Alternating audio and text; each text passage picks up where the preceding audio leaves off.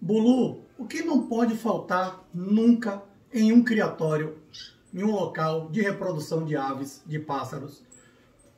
Vamos dividir por categoria. O que não pode faltar nunca em um criatório, a nível de alimentação, é um bom e balanceado e limpo mix de semente, né? Muito bem selecionado, muito bem balanceado, visando um nível bom de proteína, né? E não barateio, com sementes pobres em nutrientes, principalmente em proteína, que faz baratear os mix de semente. Tem que ser um mix de semente que vise o bem-estar do pássaro, que tenha uma concentração maior de sementes com nível de proteína maior. Outra coisa é uma boa ração extrusada. Já se tratando de rações extrusadas, essa já se destaca em um nível de proteína maior e em níveis de substância mais equilibrada e mais completa, se tratando, comparando com o mix de semente. Mas é bom salientar, é bom sempre ter a alimentação mista, mix de semente e ração extrusada.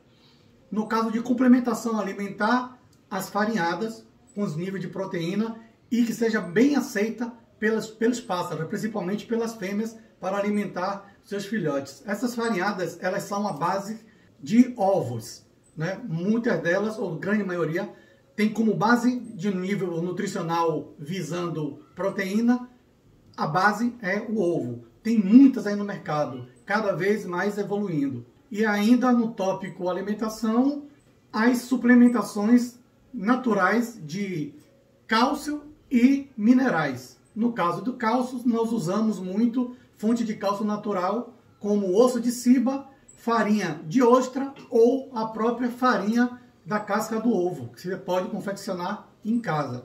No caso das fontes minerais, nós estamos falando dos glitens, areiazinhas granuladas, que deve ser respeitado a granulação, ou seja, o tamanho dos grãos de acordo com o tamanho e porte do pássaro. Glitten pequeno, pássaro de pequeno porte, como coleiro, caboquinho, entre outros. Glitten um pouco maior, médio, pássaros médio porte, como curió, azulão, canário da terra e outros desse porte.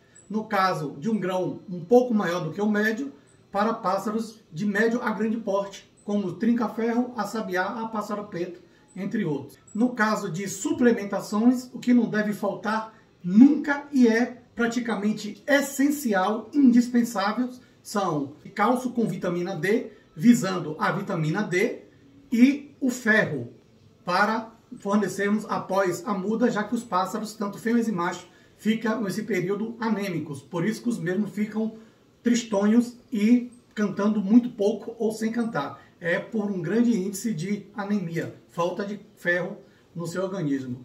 E no caso preventivo ou curativo, o Bicox 2.6, né, que é o 2,5, e o Ivomec, respeitando sempre a proporção, dosagem de 1 ou 2 gotas extraída da ponta da agulha conectada em uma seringa de 3 ml, pois é a seringa menor, consequentemente sua agulha é menor, seu orifício menor, e essas gotas serão minúsculas. Então, de 1 a 2 gotas, para casos de microbianos, né? Infestação por micróbios e respiratório, ele é muito bom. Agora, muito cuidado em respeitar a proporção que eu acabei de citar, e de 1 a 2, 3 dias, no caso muitos graves de respiratório, até 5 dias, trocando sempre a água. E no caso de ambiente, o que não deve faltar nunca é uma fonte, um grau de iluminação natural, que essa iluminação adentre a esse local de reprodução com algum nível de porcentagem, ou o máximo ou o mínimo que for necessário, que seja por janela ou basculhante. O adequado é posicionar, armar as prateleiras sempre na parede que ficam de frente ou que receba essa fonte natural. Observação: entrar iluminação dos raios solares trazendo algum grau de raios UV e UVA, não temperatura, não raios solares direto na gaiola para aquecer a gaiola e desidratar o pássaro, ok? Fica a dica, fico com Deus e vamos reproduzir.